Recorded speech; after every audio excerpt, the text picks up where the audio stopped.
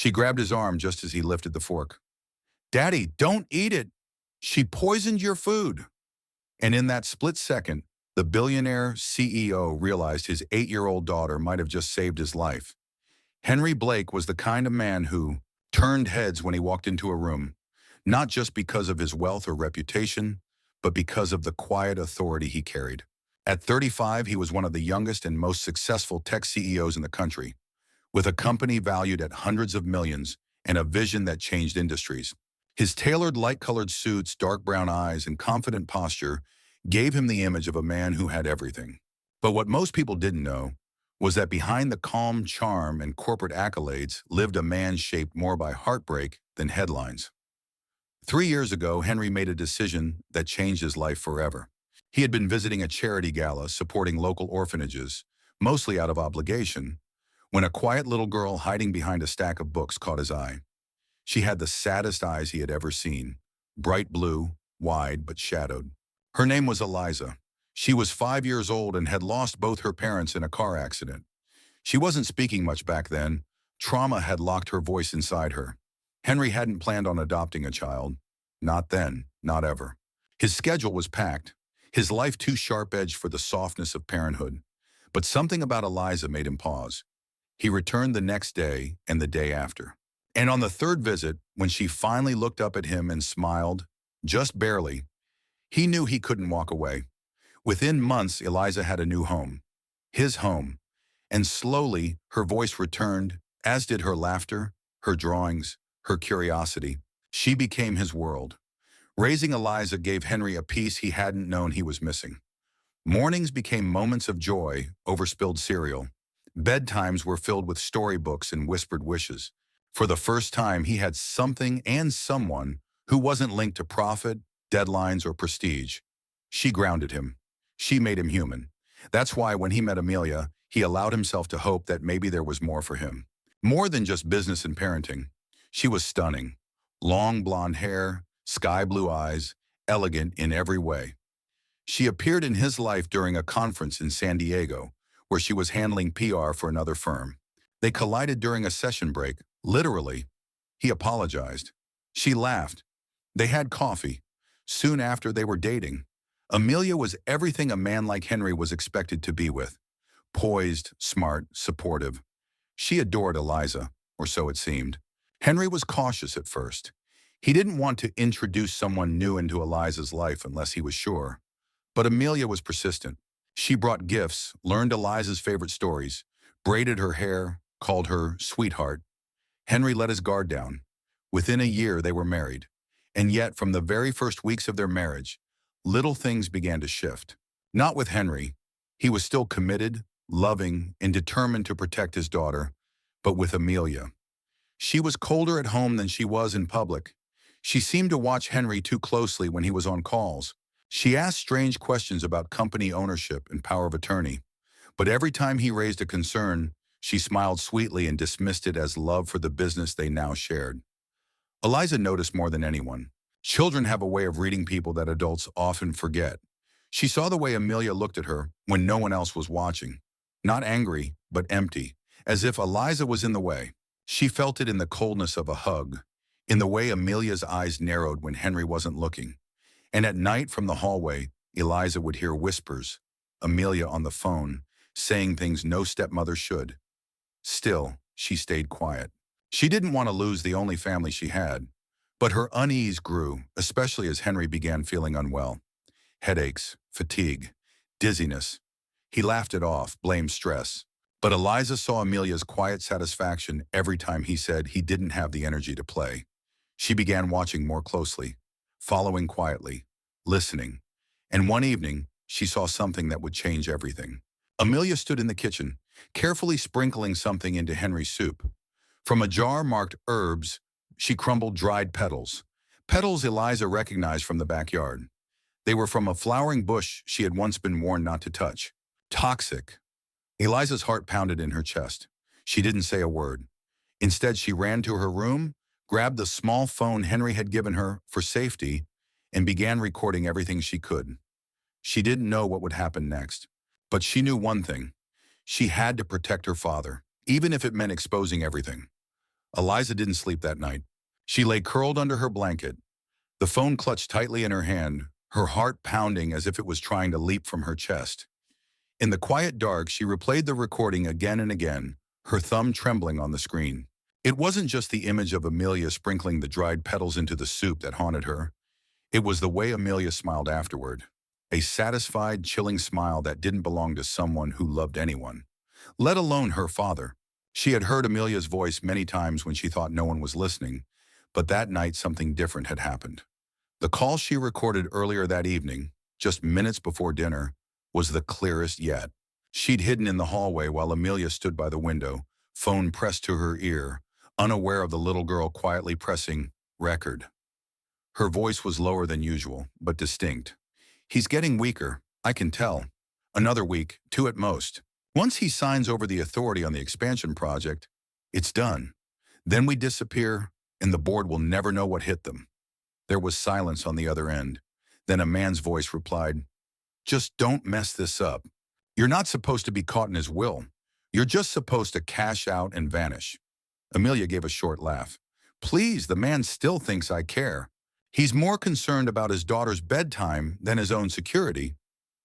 Eliza had stopped breathing. She couldn't understand everything. Not fully, but she knew enough. Amelia wasn't just unkind. She was dangerous.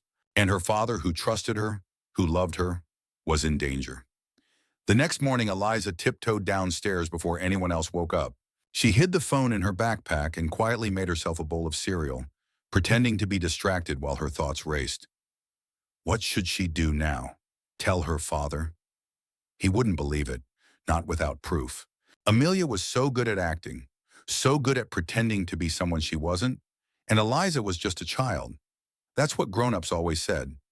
Would he really believe her over his new wife? She needed help. There was only one person in the house she trusted as much as her father. Margaret. Margaret had been there since before Eliza arrived, an older woman with kind eyes and steady hands who smelled faintly of cinnamon and laundry soap. She made the best tea in the world, and when Eliza was scared of thunder or couldn't sleep, Margaret always knew exactly how to calm her. That afternoon, while Amelia was out for her yoga class and Henry was in his home office reviewing a contract, Eliza knocked on Margaret's door. The older woman looked surprised to see her. "Everything all right, sweetheart?" Eliza didn't answer at first. She stepped into the room, closed the door behind her, and whispered, "I need to show you something." She handed over the phone, fingers trembling, and watched Margaret's face as she listened to the audio. At first, confusion, then concern, and finally horror. When the recording ended, Margaret sat back in her chair, stunned. "Good heavens," she whispered. "That woman, she's planning to—" Eliza nodded. "I saw her putting something in his food. I saw it with my own eyes. She's hurting him." Margaret took a long breath, then knelt beside Eliza. "You did the right thing, sweetheart. You were very brave. But now we need to be smart. We need to protect your father and stop her." Together, they made a plan. Margaret had an old friend, Detective Warren Langley, who had helped the family once before during a break-in attempt. He was trustworthy, discreet, and had once told Margaret to call him directly if anything serious ever happened. That night, Margaret made the call from her personal phone, away from the house, and sent him the recording. "Keep an eye on them," Langley instructed. "Don't confront her yet. We need more than a recording. We need physical evidence, something irrefutable. And we need to know how far she's willing to go." Margaret agreed. She returned home, and together with Eliza, they began collecting details. What Amelia cooked, when she made it, what Henry ate, and what he left untouched. Margaret started saving food samples in discreet containers. They installed a hidden camera near the kitchen entrance. Eliza kept her phone close and stayed alert whenever Amelia made a call. The days that followed were like walking through a minefield. Amelia was charming and sweet when Henry was around, all smiles and kisses and soft laughter. But when his back was turned, she was cold and sharp-eyed. Eliza began to see through every gesture. She started to notice other things too. A burner phone in Amelia's purse, encrypted text messages, and a locked drawer in the office Amelia used upstairs. There was more to her stepmother than they'd imagined. This wasn't just jealousy or greed. This was a plan, and Henry was the prize. Every night, Eliza sat by her window with a notebook, writing everything she saw and heard. Not because anyone told her to, but because she needed to remember. Because she had to protect the only parent she had left. And because no one else could. The weight of it was heavy. She didn't sleep well. She worried constantly. But even at 8 years old, Eliza had made up her mind. If no one else would stop Amelia, she would. The following morning, the atmosphere in the house was deceptively calm. Amelia flitted through the kitchen in a silky robe, humming softly as she prepared breakfast, while Henry sat at the table reviewing documents on his tablet, occasionally sipping his black coffee. Eliza sat quietly, eyes darting between the two of them, her cereal soggy and untouched. She watched Amelia closely now, as she always did. Every movement the woman made seemed rehearsed, too smooth. Eliza had begun to understand just how much of Amelia was an act, a mask of sweetness and grace for her father's benefit, hiding the dark, calculated person underneath. But Amelia didn't know that Eliza was watching, or that she was ready. Margaret had stayed up late the night before, consulting with Detective Langley. He had managed to trace the voice in the recording to a known associate involved in corporate espionage, and he had begun collecting warrants for further investigation. Meanwhile, Margaret and Eliza continued documenting everything. They kept the food samples in carefully labeled containers in the cellar freezer. Eliza, at Margaret's suggestion, had even placed a tiny sticker under Amelia's phone case so they could tell if it had been switched or removed. That day, Henry had a meeting scheduled outside the city, so Amelia was left alone at home with Eliza. It was a rare occurrence. Amelia usually insisted on joining him wherever he went, but today she had made an excuse about not feeling well. Eliza felt the hairs rise on her arms. Something about today felt planned. Eliza stayed close to Margaret most of the day, helping her fold laundry and pretending to read while she listened to Amelia moving around the house. Around 2 p.m., Amelia received a phone call. She didn't know Eliza was watching from the hallway mirror, the way the reflection gave her just enough of a view into the living room without being seen. Amelia stood with her back turned, phone pressed tightly to her ear, her voice sharp and hushed. "No, not yet. I need him to sign the authorization form first. Once I have that, the board won't be able to block the transfer. They'll think it was all his idea." A pause. "No, she doesn't suspect a thing. She's just a kid." Eliza's hands clenched into fists. She wasn't just a kid. She was the reason Amelia hadn't succeeded yet. And now she was going to finish what she started. That evening, after Henry returned home, Amelia announced she would be making a special dinner for just the three of them. Henry smiled, clearly touched by the gesture, and Eliza forced herself to smile too. Margaret met her gaze from across the room and gave her a barely noticeable nod. They both knew what this meant. Tonight was the night Amelia would try again. Margaret pretended to take the evening off, claiming she had a family visit to make. In truth, she had coordinated with Detective Langley, who was now stationed in an unmarked car across the street with a small team. Inside the kitchen, Margaret had already set up a hidden camera above the stove hood to capture everything. The plan was simple. Amelia would try to poison the food, and they would catch her in the act. The food samples would be tested immediately after. At 6:30 p.m., the table was set. Candles flickered, and soft classical music played in the background. Amelia wore a crimson evening dress and had curled her golden hair into waves. She looked radiant, elegant, and completely untrustworthy. Eliza came downstairs in a simple pink dress, clutching her phone inside her small purse. She sat beside Henry and watched as Amelia brought out the dishes. Baked salmon, steamed vegetables, garlic mashed potatoes. Everything smelled amazing, and yet all Eliza could think about was how deadly it might be. Just as Henry reached for his fork, Eliza saw it.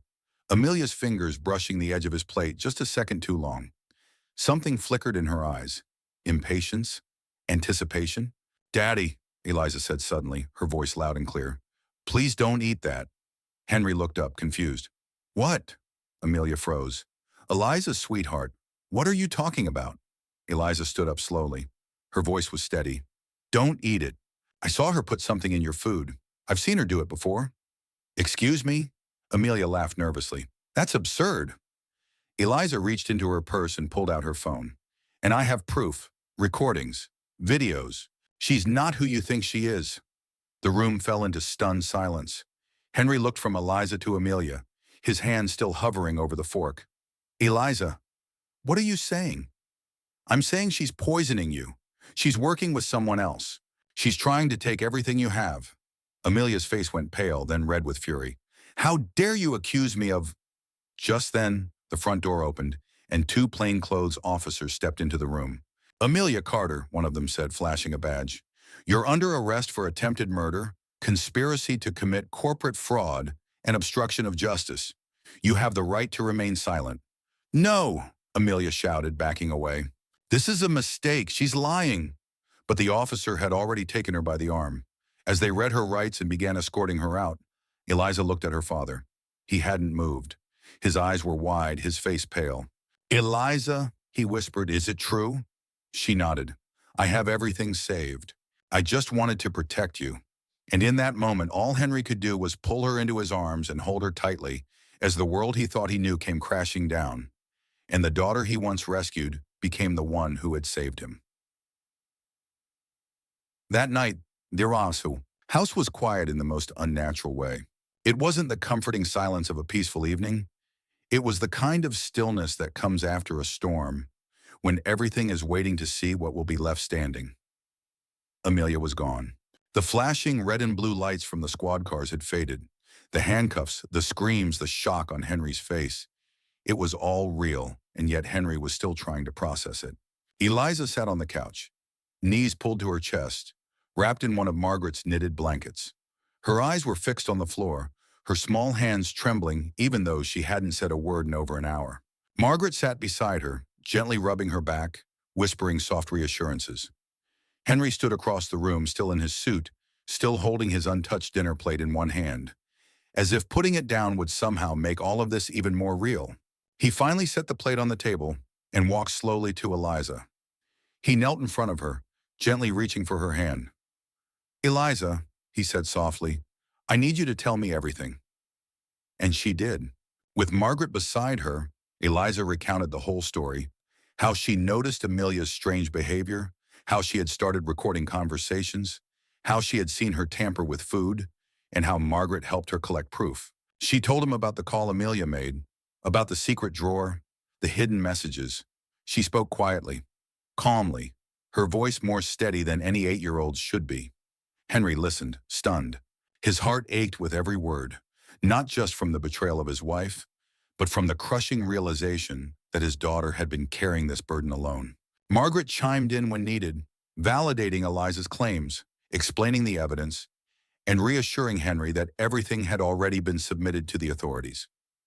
Detective Langley has enough to press full charges, she said gently, and the samples we collected have already tested positive for plant-based toxins. She was slowly poisoning you, Henry. Henry sat back, hands trembling. He looked at Eliza, not just as his daughter, but as someone who had saved his life. His eyes welled with tears. You were trying to protect me, while I didn't even notice. Eliza's eyes met his, and for a moment, all the weight of what she had endured washed over her. I didn't want to lose you, she whispered. You're my only real family. Henry didn't say anything. He pulled her into a tight embrace, burying his face in her hair. And I'll never let anything hurt you again, he promised. Not ever. The following days were a whirlwind. Police investigators came and went, taking statements, collecting digital evidence, examining every corner of the house Amelia had touched. Her arrest made headlines almost instantly. CEO's wife arrested in poison plot. Secret audio exposes betrayal in tech empire. The press was relentless, and Henry, despite his grief and anger, refused to hide. He called a press conference in front of the Blake Tech headquarters. Standing at the podium with Eliza by his side, he looked directly into the cameras and said, This is my daughter, Eliza. She's 8 years old, and she's the bravest person I've ever met. She uncovered a criminal plot and risked everything to protect me. She is the reason I'm alive today. The cameras flashed. Reporters asked questions, but Henry didn't take any. He simply turned to Eliza, took her hand, and walked off the stage. Behind closed doors, Henry was still unraveling everything that had happened. He went through Amelia's files, checked her communications, and found a trail of deceit that went back months before their wedding. Fake identities, offshore accounts, confidential documents that she had accessed through his personal computer. It wasn't just betrayal. It was a calculated, methodical attempt to destroy everything he'd built. And yet, even with all that knowledge, what kept him up at night wasn't the crime. It was the trust he had placed in someone who never deserved it. He couldn't stop thinking about how close he had come to dying, or how much danger Eliza had been in the entire time. One evening, a week after Amelia's arrest, Henry came into Eliza's room carrying something. She was curled up in bed reading a book. When she saw him, she smiled. "Just a little. I have something for you," he said softly. He handed her a small velvet box. Inside was a necklace, delicate, gold, with a small heart-shaped locket. Eliza opened it and saw a tiny picture of the two of them inside. "I wanted you to have something," he said, "that reminds you how much I love you and how thankful I am for you. Always." Eliza's eyes shimmered with emotion. "I didn't do it to be thanked." "I know," Henry said, "but heroes deserve to be honored." She reached out and hugged him tightly, her small arms wrapping around his neck. "I'm just glad you're safe." And he was, thanks to her. That night, as she fell asleep with the necklace on her chest and a small smile on her face, Henry sat outside her room, thinking about everything they had survived together. He had been saved not by his money, not by his power, but by love, quiet, observant, unwavering love from an 8-year-old girl who refused to lose her father. And he knew that no matter what came next, they would face it together. Stronger, wiser, unbreakable. In the days following Amelia's arrest, the weight of the truth lingered in every corner of the Blake estate. Though the threat had been removed, the echoes of betrayal were harder to silence. Henry found himself walking through the halls of his home with new eyes. Every room Amelia had decorated, every piece of furniture she had chosen, now seemed foreign and laced with a false narrative. He was grieving, not for her, but for the version of his life he thought was real. He couldn't help but play it all back in his mind. The first time he had seen her smile, the late nights they had spent discussing charity work, her supposed dreams of building a life together. All of it, every kiss and laugh, had been a carefully constructed performance. She hadn't loved him. She had targeted him. But amidst all of that heartbreak, there was Eliza. The little girl who had saved his life now became the quiet center of it. She was his anchor. They had always been close, but now their bond was different, deeper, unspoken. There were no more barriers between them, only mutual trust and an unshakable understanding that they had gotten through something terrible together. One evening, Henry invited Eliza to his study. It was a place she usually avoided, out of respect, but he wanted her there now. The large room, with its high shelves and warm wood tones, had always been where Henry went to make decisions. Tonight, however, he didn't want to make any decisions alone. He sat behind his desk and motioned for her to sit across from him. She climbed into the big leather chair, her feet not quite reaching the floor, and looked at him expectantly. "Eliza," he said, folding his hands, "I've been thinking a lot lately about what matters, about who I am and who I want to be. And the truth is, I've made mistakes, trusting the wrong people, ignoring my instincts, focusing too much on business. But you've shown me what really matters." She tilted her head. "Family?" He smiled. "Exactly. You are my family, the best part of it. And I want to protect you, support you, and make sure you always know how much you mean to me." He opened a file on his desk and slid it toward her. It had legal documents, guardianship papers, inheritance updates, and something new. A co-signature page for the official legal change of her last name. "I want you to know that you're not just the girl I adopted. You're my daughter, in every way. And if you want, I'd be honored if you took my last name." Eliza stared at the papers. Her eyes welled with tears. "You mean I'd be Eliza Blake?" "Yes," he said softly. "Forever." She jumped from her chair and ran around the desk, throwing her arms around him. "I want that more than anything." Henry held her close, blinking back tears of his own. It was the first time in weeks he had cried without pain, only joy. The next few days were filled with change, but it was good change. Henry hired a child therapist, not because Eliza was showing signs of trauma, but because he wanted her to have someone to talk to, someone neutral. He also restructured his work schedule. For the first time in years, he delegated more responsibility and stepped back from the day-to-day grind. Mornings became pancake breakfasts and cartoons. Afternoons were spent at the park or the beach. They laughed more, breathed more. They healed. Margaret, too, played a big role in their recovery. She remained a steady presence in the household, not just as a housekeeper, but as a guardian of their peace. She often sat with Eliza in the garden, teaching her to knit or telling stories about Henry's younger days. She refused to let the shadow of Amelia's betrayal define the family they had built. Meanwhile, the legal case against Amelia unfolded. Detective Langley kept Henry updated. The evidence Eliza had gathered, combined with the physical samples, the phone records, and her own testimony, left little room for doubt. Amelia had been charged with attempted murder, conspiracy to commit corporate fraud, and endangerment of a minor. She was facing decades behind bars. Henry received calls from lawyers, from board members, even from old friends who had read about the case in the news. Everyone had opinions. Some were shocked. Others, disturbingly, weren't. The corporate world was filled with power plays and manipulation, and Amelia's betrayal, while dramatic, wasn't unheard of in the circles Henry moved in. But what none of them could understand was the personal toll. He didn't care about the company right now. He cared about Eliza. One morning, as they walked along the shoreline just after sunrise, Eliza looked up at him and asked, "Daddy, do you still believe in love?" The question caught him off guard. He looked down at her, this small, wise soul who had already seen too much. "I think love is real," he said after a pause. "But now I know it's something that has to be earned, and it doesn't always look the way we expect." She nodded thoughtfully. "I think Mommy would have liked you." Henry smiled. It was the first time she had mentioned her birth parents in months. "I think so too," he said. That night, Henry sat at his desk alone. He pulled out a photograph, one from the orphanage, taken the day he met Eliza. In it, she stood behind a bookshelf, peeking out just slightly. She looked scared, curious, alone. And then he looked across the room, through the glass doors where she now sat with Margaret, giggling, fully alive. He placed the photo back in his drawer.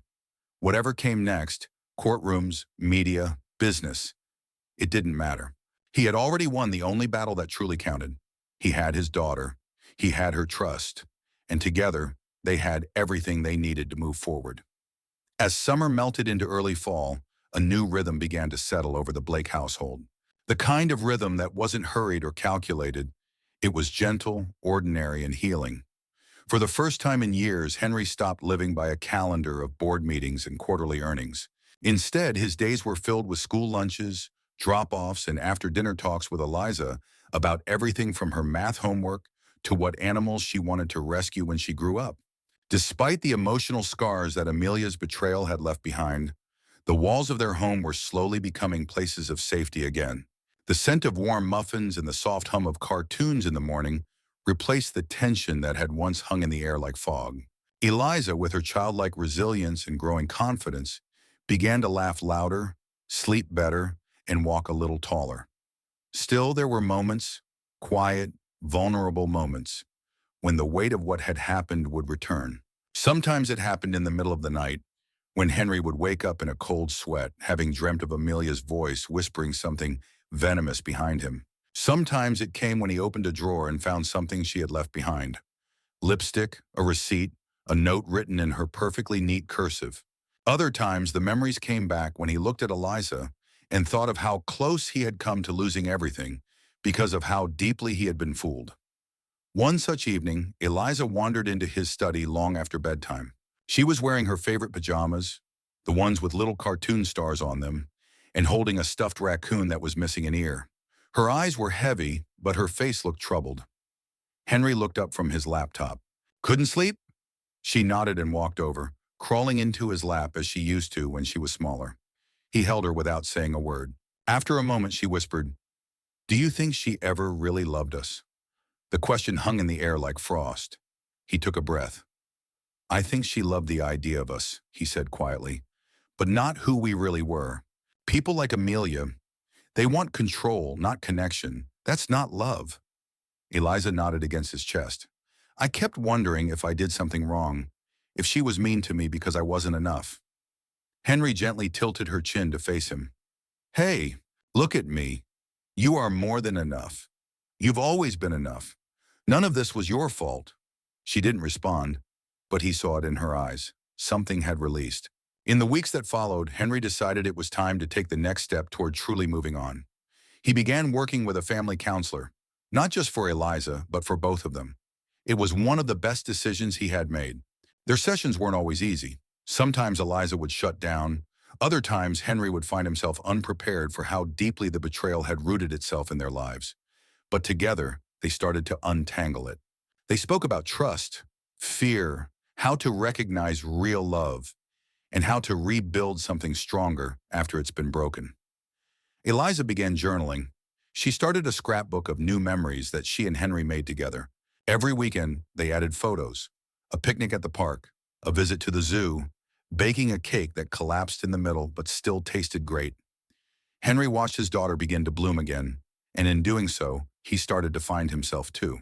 One crisp October morning, Henry received a letter. Not an email, not a legal document, but an actual handwritten letter in a plain white envelope. It was from Amelia. He hesitated for a long time before opening it.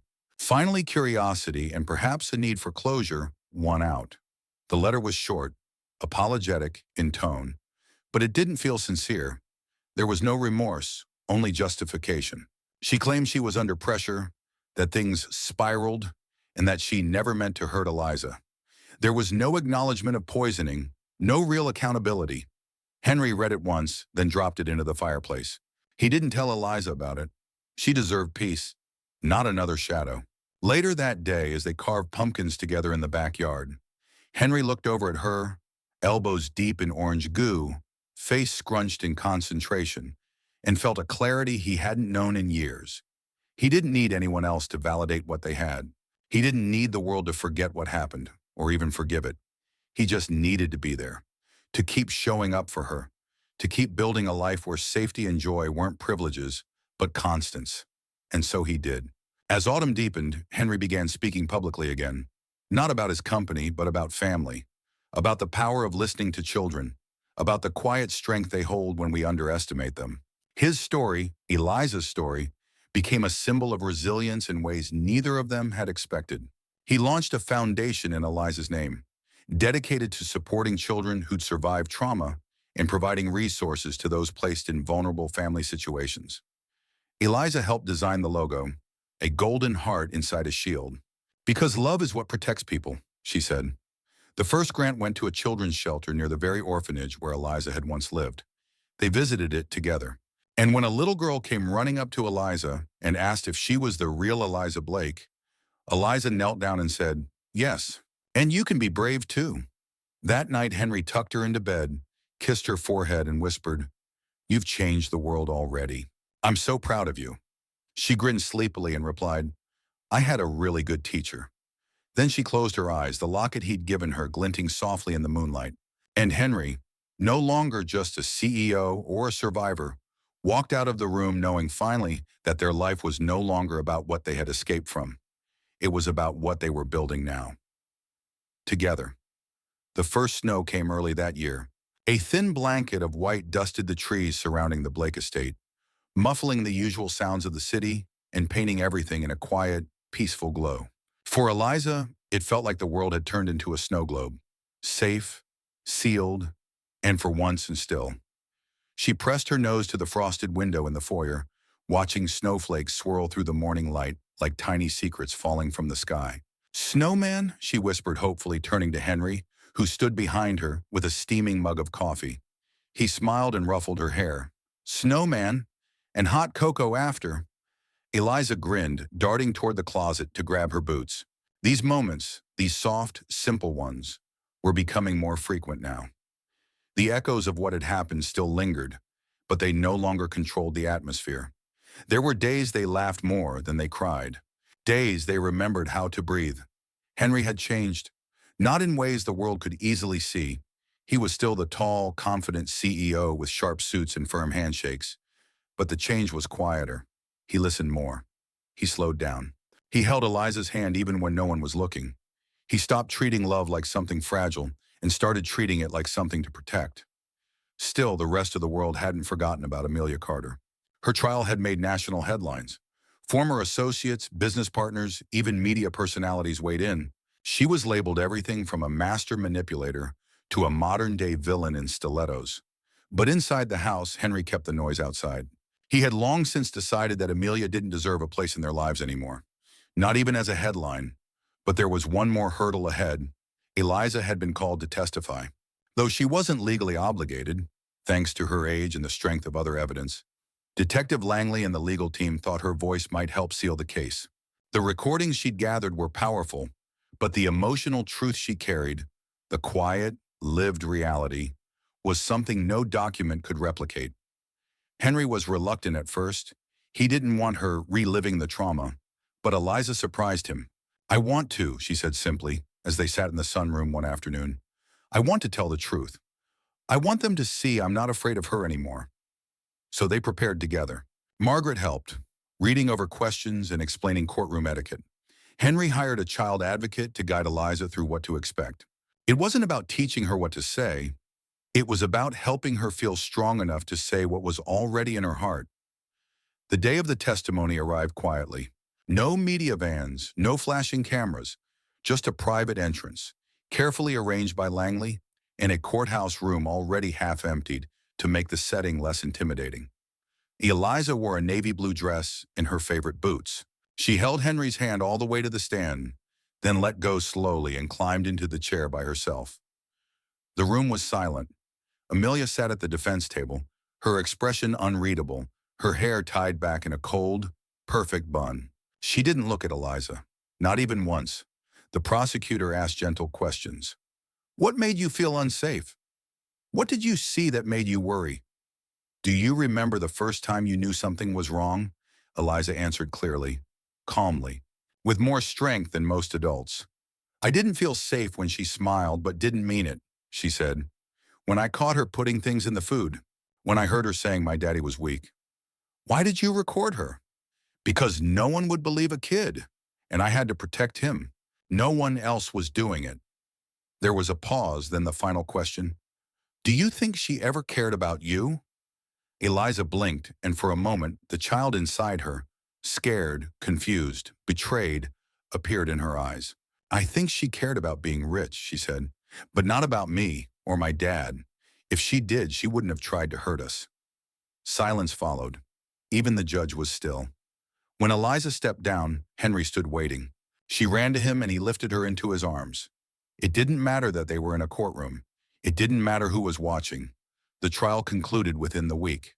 Amelia Carter was found guilty on all counts: attempted murder, corporate espionage, child endangerment, and fraud. She was sentenced to 30 years in federal prison with no possibility of parole for the first 20. Henry didn't attend the sentencing. Neither did Eliza. Instead, they spent the day at the lakeside cabin, a place they had once dreamed of going but never found the time. Now they made time. They walked through the snowy woods, Eliza collecting pine cones while Henry snapped photos. They built a snowman with a crooked smile and named him Franklin. They drank hot cocoa with too many marshmallows and fell asleep reading on opposite ends of the same couch. And later, when the stars came out and the fire crackled low, Henry pulled a journal from his bag. "I want to write it down," he said. "Everything. Not for the news, not for the lawyers, just for us." So he did. And when Eliza asked what he would call the story, he looked at her and said, without hesitation, "Saved by a Daughter." Because that's what it was. Not a tragedy, not a scandal, but a story of how one small voice changed everything. And as the snow continued to fall outside their window, Eliza curled beside him, warm and safe, her head on his shoulder, her heart finally light. They had made it through the storm. Now it was time to live. Months had passed since Amelia's conviction, and the seasons had begun to shift again. Spring arrived with the softest breeze, coaxing blossoms from branches and painting the world in new colors. The Blake estate, once haunted by shadows, now bloomed with life. Eliza's laughter often rang through the halls, mingling with birdsong and the rustle of fresh leaves outside her bedroom window. The darkness they had endured hadn't vanished completely, but it had lost its power. Light had returned. Henry, once a man defined by his empire and its expectations, had changed in quiet but profound ways. He still wore his suits and ran his company, but now he left the office early on Fridays. He no longer scheduled back-to-back meetings on Eliza's school recital days. He didn't just make time for her, he built his life around their shared time. His board of directors had learned to adapt. Those who didn't had been replaced. He had become a father first. Everything else followed. Eliza thrived. Her schoolwork improved, her drawings covered the refrigerator, and her friends often visited after school. She had even started a small club called Watchful Hearts, where she and a few other kids wrote anonymous notes of encouragement to classmates who seemed sad or left out. Henry had never seen such empathy in someone so young. One particular morning, Henry walked into the kitchen to find her standing on a chair, trying to reach the top shelf.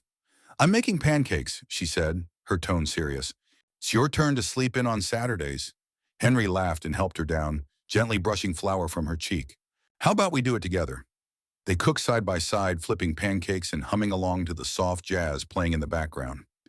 It wasn't just a morning ritual. It was a symbol of everything they'd rebuilt. No secrets, no fear. Just love, layered between syrup and batter. Later that month, Henry received an invitation to speak at a global leadership summit in New York. The organizers wanted him to share his story, not about his company, but about integrity, fatherhood, and surviving betrayal with purpose. He hesitated. He turned down every public speaking offer since the trial. But this time, something felt different. He said yes. Eliza went with him. It was her first time flying first class, and she pressed her nose against the airplane window for most of the trip. In the hotel suite, she danced barefoot across the carpet, twirling with the excitement of being somewhere new, somewhere far from the memories that once defined them. The night of the summit, Henry stepped onto the stage wearing a charcoal gray suit, not because he wanted to impress anyone, but because Eliza had picked it out. He looked out over the sea of faces, leaders, thinkers, world changers. And then he looked down at the first row, where Eliza sat with Margaret, her eyes locked on him. He began. He spoke not as a CEO, but as a man who had nearly lost everything. He told the truth, not just about the crime, but about the mistake of thinking strength meant doing everything alone. He told them about a girl who saw more than adults gave her credit for, about a housekeeper who refused to stay silent, about choosing love over power, healing over vengeance. He ended with one sentence that made the room go quiet. Sometimes the smallest voice is the only one that's telling the truth. When he stepped off stage, the applause followed him. But it wasn't the clapping that moved him. It was the way Eliza ran into his arms, beaming. "You were amazing," she whispered. "You're the reason I was," he replied. They stayed a few extra days in New York, exploring museums, watching street performers, eating too much ice cream. One evening, while walking through Central Park, Eliza took Henry's hand. "I want to write a book someday," she said, "about what happened, but not just the scary parts. I want to write about what came after." Henry smiled, looking down at her. "You should, and I'll help you with every word." They returned home to California as something even stronger than family. They were a team. They made a promise, sitting together on the patio under the stars, to always tell each other the truth, even when it was hard, to never let fear keep them quiet, to listen, to love louder. That summer, they launched the Eliza Blake Foundation officially. Its mission was simple: to protect children, amplify their voices, and provide emergency resources to families in crisis. The first event drew hundreds of supporters. Eliza spoke briefly, her voice clear and proud, finishing with a sentence she had practiced with Henry the night before. "I used to be afraid of what people wouldn't believe, but now I know the truth speaks louder when we speak it together." By fall, life had found its rhythm again. There were still small battles, nights with bad dreams, moments of doubt, but they were no longer living in survival mode. They were growing, building, becoming. On the one-year anniversary of Amelia's arrest, Henry and Eliza didn't mark the day with sadness. Instead, they celebrated something else: their new beginning. They had dinner outside, under string lights on the patio. Just the two of them and Margaret, eating grilled cheese and tomato soup, the way they had during the darkest days. Eliza brought out the scrapbook she'd made, now almost full, and they added one final photo. The three of them smiling, with the caption written in her careful handwriting. "We made it." Henry looked at the page for a long time before speaking. "Do you know what I see when I look at this?" he asked her. She shook her head. "A miracle," he said, "and a daughter who saved my life." They sat in the quiet for a while after that. No more secrets. No more pretending. Just love, earned, fierce, unshakable. And as the evening breeze moved gently through the trees, Henry realized something simple, something extraordinary. This wasn't the end of their story. It was only the beginning. This story is a powerful reminder that love, especially the bond between a parent and a child, can be the strongest force in the world, even stronger than betrayal, manipulation, or ambition. What makes the ending so meaningful is not just that justice is served or that the villain is exposed, but that healing truly happens. Eliza isn't just a child in this story. She's the heart, the compass, the quiet hero. Her courage is not loud or dramatic. It's consistent, smart, and driven by love. And Henry's transformation from a guarded, high-powered CEO into a deeply present father gives the story its emotional depth. The ending doesn't wrap everything up in a perfect bow. It shows that scars remain, but they don't define the future. That's what makes it feel real. There's hope, but not naive hope. There's love, but not without lessons. And in a world that often underestimates children, Eliza stands as proof that sometimes the smallest voice can make the biggest difference. Ultimately, the story leaves you with the belief that no matter how dark things get, choosing truth, choosing family, and choosing love can rebuild even the most broken lives.